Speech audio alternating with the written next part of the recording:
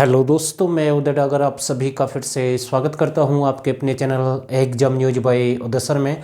दोस्तों, आज का टॉपिक है, बहुत ही अच्छा टॉपिक है, भौगोलिक संरचना हरियाणा के और मिट्टी से संबंधित। यानी कि दो पार्ट है जो बनते हैं वो हम एक ही वीडियो में कंप्लीट करेंगे और कोशिश यही रहेगी कि हमेशा की तरह की अच्छा कराएं, केवल वो ही कराएं जो आपको सिलेक्शन दिला दें। अब तक हमने 3 क्लास डाली हैं हरियाणा जीके से संबंधित। अगर आपने वो नहीं देखी तो एक बार ज़रूर चेकआउट करें, क्योंकि जो हमारी कोशिश है ना, वही कोशिश है कि अच्छे से कराएं, चाहे थोड़ा कराएं, लेकिन ऐसा करा दे कि आपको फिर से पढ़ने की जरूरत ना पड़े। तो इस सेशन को हम आगे बढ़ाते हैं। टॉपिक का नाम है हरियाणा की भौगोलिक संरचना। ठीक है ना, भौगोलिक संरचना और मिट्टी। पहले हम देखेंगे भौगोलिक संरचना, फिर उसके बाद हम कंप्लीट करेंगे मिट्टी। भौगोलिक संरचना का मतलब है कि बनावट के आधार पर, स्थल कीर्ति के आधार पर, दृष्टि के आधार पर, उपक्षेत्र के आधार पर हरियाणा को कितने भागों में बांटा गया है। यहाँ से ऐसे क्वेश्चन बनते हैं एग्जाम में और आगे भी बन सकते हैं। तो पहले ये कंप्लीट कर लेते हैं, 6-7 क्वेश्चन बनेंगे यहाँ से। बाकी फिर जो मिट्टी से भी जो भी क्वेश्चन बनेगा वो सारे कंप्लीट करेंगे इस वीडियो में। पहला है भौगोलिक आधार पर। भौगोलिक आधार पर कितने भागों में बांटा गया है। कितने भागों में बांटा गया है हरियाणा को। तो ध्यान रखना, भौगोलिक आधार पर 4 भागों में। अब ये जो 4 भाग आपसे ये ऐसे नहीं पूछेगा भाई कौन कौन से भाग हैं आप बताएं, केवल सिंपल ही क्वेश्चन बनता है हर बार कि भौगोलिक आधार पर कितने भागों में बांटा गया है। 4 भागों में बांटा गया है। जैसे यमुना घग्गर का मैदान हो गया, दक्षिण पश्चिम भाग हो गया, दक्षिणी अरावली भाग हो गया, उत्तरी पूर्वी शिवालिक वाला भाग हो गया। तो ऐसे 4 भागों में ये बट गया है। ठीक है ना, और ये एग्जाम में कई बार रिपीट हुआ है। अगला क्वेश्चन आपका जो बन सकता है यहाँ से, भौगोलिक आधार पर, भौगोलिक दृष्टि के आधार पर, किस पर, दृष्टि के आधार पर हरियाणा को कितने भागों में बांटा गया है। 3 भागों में। अब यहां से आपसे नाम पूछ सकता है कि वो 3 भाग कौन कौन से हैं। तो ध्यान रखना, एक तो आपका हरियाणा ही रहेगा, दूसरा आपका कुरुक्षेत्र हो जाएगा, तीसरा आपका भटियाना हो जाएगा। कौन सा, भटियाना। तो यहां से तो एक क्वेश्चन आपका ये बन जाएगा। दृष्टि शब्द आ जाए तो 3 भाग हैं, भौगोलिक आधार पर आ जाए तो 4 भाग हैं, लेकिन एक क्वेश्चन और बनेगा स्थल कीर्ति के आधार पर। किस पर, स्थल कीर्ति के आधार पर हरियाणा को कितने भागों में बांटा गया है। तो ध्यान रखना, स्थल कीर्ति के आधार पर 5 भाग हैं। यहाँ से भी आपसे नहीं पूछेगा कि कौन कौन से भाग हैं, वो बस केवल याद रखना 5 भाग हैं। अगर स्थल कीर्ति शब्द आ जाए तो 5 आपको ध्यान रखना है। अगला एक और बनेगा भौगोलिक उपक्षेत्र के आधार पर। भौगोलिक उपक्षेत्र के आधार पर हरियाणा को कितने भागों में बांटा गया है। तो है 8 भाग। कितने भाग रहेंगे, 8 भागों में बांटा गया है भौगोलिक उपक्षेत्र के आधार पर। अब यहाँ से ये 4 क्वेश्चन है, इनसे अलग नहीं पूछेगा। वैसे अलग क्वेश्चन भी आते हैं कि जलवायु के आधार पर कितने भागों में बटा हुआ है। ठीक है, वो जलवायु वाले टॉपिक में मैं कंप्लीट कराऊंगा भाई। ठीक है ना, जो आर्द्र वाला है, उपेशन स्टेपी वाला है, कैसे बारिश होती है, कौन सी, मतलब कि बंगाल की खाड़ी से कब बारिश होती है या फारिस की खाड़ी से कब होती है, मावट कब होता है। तो ये सारे क्वेश्चन हम जलवायु वाले टॉपिक में कंप्लीट करेंगे, वो इसका पार्ट नहीं है। ठीक है, तो यहाँ से ज़्यादा नहीं पूछेगा भौगोलिक संरचना के आधार पर। अब है मिट्टी वाला टॉपिक। कौन सा रहेगा, मिट्टी। एक वैज्ञानिक है भाई, कौन है, वैज्ञानिक है, और वैज्ञानिक आपके कौन है, डॉक्टर जसवीर सिंह। कौन है, डॉक्टर जसवीर सिंह। यहाँ से क्वेश्चन बनता है कि कई बुक में आपको मिलेगा भाई डॉक्टर जसवीर ने मिट्टी के आधार पर हरियाणा को कितने भागों में बांटा है या कितने प्रकार मिट्टी के बताए हैं। कहीं तो आपको 8 मिलेगा, कहीं 6 मिलेगा, लेकिन मैंने जो पढ़ा है मेरे अकॉर्डिंग तो 6 होना चाहिए। लेकिन क्षेत्र के आधार पर पूछ ले, यानी कि कृषि क्षेत्र के अकॉर्डिंग पूछ ले, तो 8 भाग है डॉक्टर जसवीर के अनुसार। ठीक है, तो ये आपको ध्यान रखना है। और इनकी एक पुस्तक भी पूछता है कि an agriculture geography of Haryana. ठीक है, तो इसकी पुस्तक है, नोट कर लेना, एन एग्रीकल्चर, यहाँ से लिख रहा हूँ मैं, एन एग्रीकल्चर ऑफ हरियाणा। ठीक है, तो ये इसकी पुस्तक है, तो ये भी आप नोट कर सकते हैं क्योंकि एग्जाम में ये पुस्तक पूछी गई है। अब अगला जो टॉपिक है आपका वो है स्पेशल मिट्टी। कौन सी मिट्टी कहाँ पर मिलती है उसके बारे में पूरी जानकारी दूंगा। स्क्रीनशॉट ले सकते हैं आप आराम से, एक एक पॉइंट आपको समझाने की पूरी कोशिश करूंगा भाई। ठीक है, अगला टॉपिक है मिट्टी। तो मिट्टी के अकॉर्डिंग देख लेते हैं कौन कौन सी मिट्टी कहाँ पर मिलती है। जरूरी है ये आपके लिए टॉपिक क्योंकि यहाँ से हर एग्जाम में क्वेश्चन बनते ही बनते हैं भाई। पहला है पीली धूसर मिट्टी। पीली धूसर मिट्टी क्वेश्चन आया था एग्जाम में कि अंबाला में कौन सी मिट्टी पाई जाती है या कैथल में कौन सी मिट्टी मिलती है। तो ध्यान रखना पीली धूसर मिट्टी कहाँ कहाँ पर है, अंबाला और कैथल, नोट कर लेना भाई। ठीक है, एग्जाम में क्वेश्चन बना है ये, तो ध्यान रखना पीली धूसर मिट्टी यहाँ पर मिलती है। लेकिन दूसरा क्वेश्चन भी बता रहा हूँ, पीली मिट्टी यानी कि क्वेश्चन आ सकता है हरियाणा का जो मैदानी भाग है उसका रंग कैसा, उस मिट्टी का रंग कैसा है जो मैदानी भाग है। तो ध्यान रखना पीली मिट्टी है भाई, यानी कि पीला रंग है उसका, कैसा है, पीले रंग की मिट्टी ज़्यादा मिलती है मैदानी भाग पर, आपको ध्यान रखना है। ऐसे क्वेश्चन बन सकता है, पीली धूसर स्पेशल अंबाला और कैथल रहेगा। अगला है आपका लाल मिट्टी। कौन सी है, लाल मिट्टी। अगर क्वेश्चन आ जाए सिंपल कि लाल मिट्टी कहाँ पर मिलती है, तो ध्यान रखना लाल मिट्टी आपकी मिलती है सिरसा में। लाल मिट्टी सबसे ज़्यादा कहाँ पर मिलती है, सिरसा में। और क्वेश्चन की लैंग्वेज अगर बदल जाए, लाल चेस्टनट, लाल चेस्टनट मिट्टी, तो ये आपकी मिलती है यमुनानगर में। ये कहाँ पर मिलती है आपकी, यमुनानगर में। जितने भी क्वेश्चन मैंने अभी तक आपको बताए हैं एग्जाम में क्वेश्चन बने हैं, कुछ ऐसे हैं 2-4 क्वेश्चन जो नहीं बने, आगे बन सकते हैं, तो ये आपको भी ध्यान रखना है। ऐसे ही क्वेश्चन एक और बनेगा आपका, कौन सा बनेगा, ग्रीपादीय मिट्टी। ग्रीपादीय मिट्टी, थोड़ा सा ध्यान देना, ग्रीपादीय जो मिट्टी है ये सबसे ज़्यादा उपजाऊ मिट्टी है हरियाणा की। और ये कहाँ कहाँ पर मिलती है, ये आपकी अंबाला, कहाँ कहाँ मिलती है, अंबाला, पंचकुला और यमुनानगर। कहाँ कहाँ पर मिलती है, पंचकुला, अंबाला, यमुनानगर। तो ये आपकी यहाँ पर मिलती है। थोड़ा सा ध्यान देना, अंबाला का कौन सा स्थान है जहाँ पर ये स्पेशल पाई जाती है, आपसे स्थान भी वो पूछ सकता है। तो ध्यान रखना अंबाला का रहेगा नारायणगढ़। नारायणगढ़ यानी कि नारायणगढ़ में मिलती है केवल ग्रीपादीय मिट्टी। पंचकुला का आपसे पूछ ले तो कालका रहेगा, कौन सा रहेगा, कालका रहेगा। और यमुनानगर का अगर आपसे पूछ ले तो यमुनानगर का जगाधरी है, कौन सा है, जगाधरी है। कई बार क्वेश्चन बनता है कि बर्तन नगरी किसे कहते हैं, जगाधरी को कहते हैं, एग्जाम में बनाया। लेकिन पीतल नगरी, कौन सा, पीतल नगरी, तो आपका आंसर रहेगा रेवाड़ी। और अगर ये क्वेश्चन आ जाए कि बर्तन नगरी तो जगाधरी। और फिर भी एक और बात बता रहा हूँ साथ के साथ, अगर आंसर में पीतल नगरी है या बर्तन नगरी है, अगर क्वेश्चन की लैंग्वेज ऐसे है और रेवाड़ी है ऑप्शन में, तो रेवाड़ी ही आंसर लगाना है। अगर बाई चांस रेवाड़ी ना मिले तो फिर आपको जगाधरी लगाना है। ठीक है, समझ गए होंगे। अब थोड़ा सा मैं देख लेता हूँ, ये जो अंबाला में ग्रीपादीय मिट्टी पाई जाती है नारायणगढ़ में, और इस ग्रीपादीय मिट्टी को नारायणगढ़ में किस नाम से जानते हैं, इसे घर के नाम से जानते हैं ग्रीपादीय मिट्टी को। ठीक है, ध्यान रखना।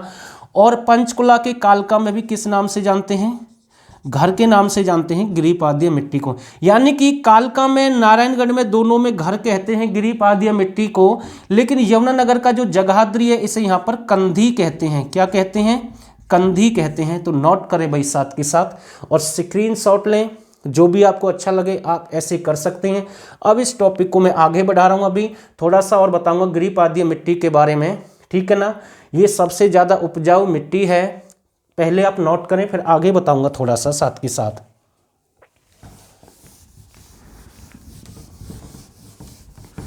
अगर रियल में ही वीडियो अच्छी लग रही है ना तो आप इसे एक बार लाइक कर देना भाई। जो भी साथी इस वीडियो को देख रहे हैं, अलग से प्ले लिस्ट बना दी है, वहाँ से आपको सीरीज मिलती रहेगी, डेली क्लास मिलेगी। जो ग्रीपादीय जो मिट्टी है 25 किलोमीटर है, चौड़ी पट्टी बनाती है। कितनी, ग्रीपादीय मिट्टी, ग्रीपादीय मिट्टी 25 किलोमीटर चौड़ी पट्टी बनाती है भाई, ठीक है ना। और सबसे ज़्यादा उपजाऊ है, ये हमने आपको बता ही दिया, सबसे ज़्यादा है उपजाऊ मिट्टी है ये, ठीक है। वैसे हरियाणा की जो मिट्टी है ना, हरियाणा की जो मिट्टी है उनमें ना तत्वों की कमी है। कौन कौन से तत्व? नाइट्रोजन, फास्फोरस की कमी है, ठीक है ना, ध्यान रखना, नाइट्रोजन और फास्फोरस,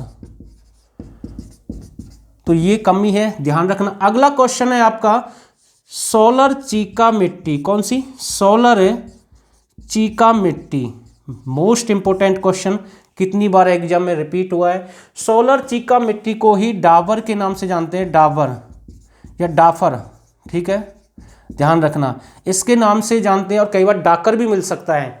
सोलर चीका मिट्टी को ही इसी के नाम से जानते हैं। सोलर चीका मिट्टी हरियाणा के कहाँ पर सबसे ज़्यादा मिलती है? थानेसर में मिलती है। सीधा क्वेश्चन बनता है कि थानेसर में कौन सी मिट्टी पाई जाती है? तो ध्यान रखना, सोलर चीका मिट्टी या डाकर या डाबर जो भी है, ये आपको ध्यान रखना है, कितनी बार एग्जाम में ये क्वेश्चन पूछा गया है। अगर ऑप्शन में थानेसर ना मिले तो आपको फतेहाबाद मिलेगा। क्या मिलेगा? फतेहाबाद मिलेगा। अगर फतेहाबाद भी नहीं है तो फिर आपको टोहना मिलेगा। क्या मिलेगा? टोहना मिलेगा। टोहना को नदियों का शहर कहते हैं, नदियों का शहर टोहना रहेगा। टोहना आपका कहाँ पर है? फतेहाबाद में है। और गया नगरी आपका प्योहवा है। प्योहवा आपका कहाँ पर है? कुरुक्षेत्र में है। थोड़ा सा नोट कर लेना, ये भी ऑप्शन में आ जाए, ये भी आ जाए और ये भी आ जाए और कुरुक्षेत्र भी आ जाए, तो आंसर फिर भी क्या लगाना है? थानेसर लगाना है।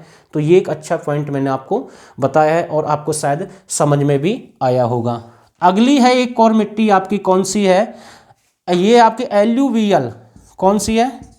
एल्यूवियल मिट्टी।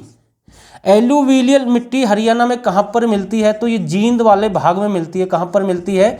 जींद वाले भाग में मिलती है। फिर जींद जिले में सबसे ज़्यादा मिलती है। तो स्क्रीनशॉट ले भाई, इस टॉपिक को मैं आगे बढ़ा रहा हूँ, जो बचे हुए क्वेश्चन हैं वो भी कंप्लीट करूँगा साथ के साथ, ठीक है। तो स्क्रीनशॉट ले ले एक साथ, जो भी आपको अच्छा लगे। एक क्वेश्चन और आ जाता है, हरियाणा में भूमि सुधार निगम लिमिटेड, क्या क्वेश्चन बनेगा आपका? हरियाणा में भूमि सुधार निगम लिमिटेड, भूमि सुधार निगम लिमिटेड, इसकी स्थापना कब हुई? 1974 में। कब हुई है इसकी स्थापना? 1974 में हुई है भाई, ठीक है ना। भूमि में सुधार से संबंधित है ये।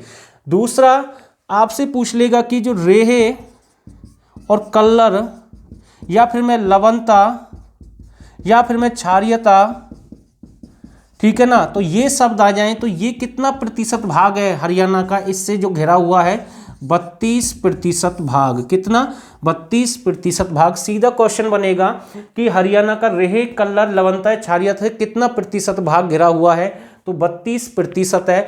ऐसे ही क्वेश्चन आपका यहाँ से बन जाएगा वायु अपर्दन से। किससे? वायु अपर्दन से कितना प्रभाव है, यानी कितना क्षेत्र यानी कि इससे संबंधित है वायु अपर्दन से हरियाणा का? तो ये भी आपको ध्यान रखना, अगर आ जाए वायु अपर्दन का पूछ ले तो 15 लाख हेक्टर है। कितना है? 15 लाख हेक्टर। और 1 हेक्टर की अगर मैं बात करूं तो 2.47 का होता है, यानी कि लगभग 2.5 किले का या 2.5 एकड़ का 1 हेक्टर होता है, तो ध्यान रखना। और जल अपर्दन अगर आपसे पूछ ले, जल अपर्दन से कितना प्रभावित है? तो 15 लाख हेक्टर। कितना है? 15 लाख हेक्टर प्रभावित है। तो ये 3 क्वेश्चन, 4 क्वेश्चन, ये भी एक जबरदस्त क्वेश्चन है एग्जाम की दृष्टि से, तो ये भी आप साथ के साथ नोट करें भाई, ठीक है। बाकी का जो बचा हुआ पार्ट है वो भी देखते हैं साथ के साथ।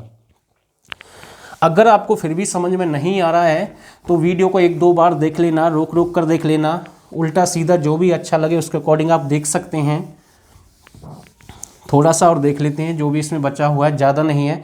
बाकी का जो बचा हुआ पार्ट है, जैसे पर्वत है, ठीक है, पर्वत की मैं बात कर रहा हूँ या जलवायु की मैं बात करूँ तो उसे अगले टॉपिक में करेंगे भाई, ठीक है। तो आगे देखते हैं। एक है आपका खादर।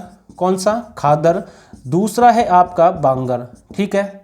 खादर क्या होता है, बांगर क्या होता है? खादर वो होता है जो उपजाऊ भूमि होती है, उपजाऊ भूमि या उपजाऊ मिट्टी। बांगर वो होती है जो कम उपजाऊ होती है, जो कम उपजाऊ होती है। खादर पूछ लिया था एक बार कि खादर यानी कि जो खादर है उस मिट्टी का निर्माण कैसे होता है? तो मैं आपको बता दूं, खादर वाली जो मिट्टी है ये नदियों के पास में मिलती है। कहाँ पर मिलती है? नदियों के पास में ज़्यादा मिलती है। और क्वेश्चन की लैंग्वेज ऐसी भी बनी थी एक बार कि जो नदियाँ अपने साथ में पानी के साथ जो मिट्टी का कुछ भाग लेकर, यानी कि बहकर उनके साथ में जाता है, मिट्टी का कुछ हिस्सा बहकर उनके साथ में जाता है पानी के साथ में, तो उसके बाद जो नई मिट्टी का निर्माण होता है या फिर उसके स्थान पर जो नई मिट्टी आती है, उस मिट्टी को किस नाम से जानते हैं? तो ध्यान रखना, उसे खादर कहते हैं। क्या कहते हैं? खादर मिट्टी कहते हैं। और बांगर की अगर मैं बात करूं तो ये पर्वत वाला या कम उपजाऊ वाला भाग होता है, खासकर जैसे हमारा कौन सा एरिया, पश्चिमी भाग वाला एरिया है, जैसे आपका कौन सा महेंद्रगढ़ जिला है या फिर आपका सिरसा भी एक ज़िला है, उसका कुछ भाग, पश्चिम भाग की मैं बात करूं तो ये आपको ध्यान रखना है। वैसे मैंने आपको बता ही दिया है, यानी कि लाल मिट्टी कहाँ पर मिलती है? सिरसा में मिलती है। लाल चेस्टनट मिट्टी आपकी यमुनानगर में मिलती है। पीली धूसर कैथल अंबाला में मिलती है। गिरिपादी मिट्टी कालका, नारायणगढ़ और आपका जगाधरी। 3 जिले मैंने आपको बताई थे साथ के साथ। तो यहाँ तक आपको समझ में आया होगा जो भी मैंने अभी तक समझाया है। लेकिन अगर बाढ़ की समस्या वाला, बाढ़ वाला अगर मैं थोड़ा सा करा रहा हूँ कि जलोढ़ मैदान, कौन से? जलोढ़ मैदान हरियाणा के किस जिले में नहीं है या फिर जलोढ़ मैदान कहाँ पर नहीं पाए जाते? तो ध्यान रखना, पंचकुला में नहीं मिलते हैं। कहाँ पर नहीं मिलते हैं? पंचकुला में कोई भी जलोढ़ मैदान नहीं है। लेकिन बाढ़ की समस्या से प्रभावित कौन कौन से ज़िले हैं हरियाणा के सबसे ज़्यादा? एक तो आपका अंबाला रहेगा, दूसरा आपका यमुनानगर रहेगा। तो ये बाढ़ की समस्या से जूझ रहे हैं, तो ये आपको ध्यान रखना, थोड़ा सा समझ लेना। अंबाला में वर्षा सबसे अधिक होती है, शिवालिक की पहाड़ियों से चारों तरफ से घिरा हुआ है, लेकिन वर्षा इस जिले में अधिक होती है। और प्रॉपर स्थान अगर आपसे पूछ ले कि वर्षा सबसे ज़्यादा कहाँ पर होती है, तो ध्यान रखना ये आपका छछरौली। कहाँ पर होती है? छछरौली स्थान पर सबसे अधिक वर्षा होती है, जिसे हरियाणा का चेरापूंजी भी कहते हैं। तो यहाँ तक आपको समझ में आया होगा, जितना भी मैंने आपको समझाया है अच्छे से आपको समझ में आ गया होगा। और बाकी के 2-4 क्वेश्चन और बचे हैं, वो भी देख लेते हैं। बाकी ये फिर आपका कंप्लीट हो जाएगा टॉपिक है, ज़्यादा इससे बचेगा नहीं जो भी है, ठीक है। 2-3 क्वेश्चन और देख लेते हैं जो भी आपके लिए ज़रूरी हैं। देखो क्वेश्चन आता है, जो बाढ़ का मैदान होता है, क्या होता है? हरियाणा बाढ़ का जो मैदान होता है उसे किस नाम से जानते हैं? थोड़ा सा समझा रहा हूँ। बाढ़ वाला जो मैदान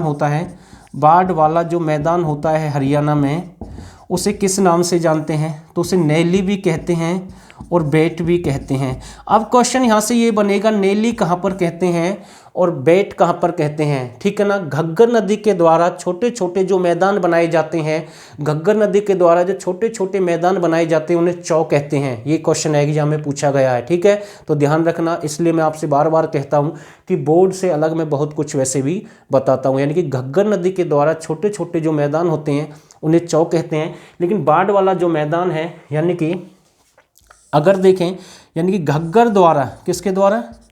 घग्गर नदी द्वारा, ठीक है, या फिर मारकंडा नदी द्वारा। अब यहाँ से क्वेश्चन यही बनेगा कि घग्गर नदी के द्वारा बाढ़ का मैदान है, यानी कि घग्गर नदी के द्वारा जो बाढ़ का मैदान है उसे क्या कहते हैं? नैली कहते हैं। क्या कहते हैं? नैली कहते हैं। घग्गर वाला जो बाढ़ का मैदान है उसे नैली कहते हैं। और मारकंडा का, कौन सा? मारकंडा नदी का जो बाढ़ का मैदान है उसे बेट कहते हैं। आप इनको ऐसे भी याद कर सकते हैं कि मारकंडा यानी मारना है, किससे मारना है? बेट से मारना है, ठीक है। तो मारकंडा बेट हो गया, दूसरा इसका विपरीत है तो नैली हो गया। बस इतना याद रख लेना। और छोटे छोटे जो घग्गर नदी के जो छोटे छोटे जो घग्गर नदी के बाढ़ के मैदान होते हैं, छोटे छोटे यानी घग्गर नदी के द्वारा जो बाढ़ के मैदान बनाए जाते हैं उन्हें चौ कहते हैं, ठीक है। तो ध्यान रखना, स्पेशल जो बनाए जाते हैं मैदान उन्हें चौ कहते हैं, लेकिन बनाया गया बाढ़ का मैदान नैली है। तो ठीक है ना, इसमें भी डिफरेंस है जो मैंने आपको समझाया है, समझ लेना भाई। छोटे छोटे उन्हें चौ कहते हैं जो, ठीक है ना, जो बन जाते हैं। और एक और क्वेश्चन बता रहा हूं मैं आपको अलग से, थोड़ा सा समझ लेना। पूछ लेगा कि जो बालू के टीले हैं, क्या हैं? बालू के टीले हैं, बालू के टीले, ठीक है, ये आपके कहाँ पर मिलते हैं, सिरसा वाले भाग में। थोड़ा सा ध्यान रखना, इनकी अधिकतम ऊंचाई 15 मीटर हो सकती है और कम से कम जो निम्न है इनकी जो ऊंचाई वो 3 से 6 मीटर भी हो सकती है। और इनमें वर्षा के समय में जो पानी भर जाता है उन्हें ठूठ या बावड़ी भी कहते हैं। ठीक है ना, उसे ठूठ या बावड़ी भी कहते हैं। तो ये जो क्वेश्चन यहाँ से बन सकते थे जो भी है वो सारे मैंने कंप्लीट कर दिए। ठीक है, तो ये आपको ध्यान रखना है। मुझे उम्मीद है आपको अच्छी लगी होगी क्लास। एक क्वेश्चन और बता रहा हूँ साथ के साथ, बाढ़ की समस्या से बचने के लिए एक झील का निर्माण भी करवाया गया। झील का निर्माण था 1947 में हुआ है। कौन सी है, बड़कल झील है। कौन सी है, बड़कल झील है। और ये आपकी कहाँ पर है, फरीदाबाद में। कहाँ पर है, फरीदाबाद में। तो ये क्वेश्चन भी एग्जाम में बना है। अब अगला जो टॉपिक होगा जलवायु। बाकी थोड़े से क्वेश्चन मैंने इसमें करवा दिए हैं। जलवायु, ठीक है, कितने आधार पर बांटा गया है, पर्वत वाला मेन भाग की, यानी कि अरावली की पहाड़ियाँ कहाँ पर हैं, कितने जिलों में हैं, सबसे ऊंचा भाग कौन सा है, शिवालिक का, अरावली का कौन सा है, किसको किस नाम से जानते हैं। तो ये अगले टॉपिक में हम कंप्लीट करेंगे। तो आज की क्लास केवल इतनी ही क्लास है, छोटी सी क्लास थी। अगर आपको क्लास अच्छी लगी है तो आप इस चैनल को यानी कि लाइक और शेयर भी कर सकते हैं और वीडियो को भी शेयर कर सकते हैं। और फिलहाल के लिए बस इतना ही। और आप सभी ने इस वीडियो को यहाँ तक देखा, आप सभी का बहुत बहुत धन्यवाद।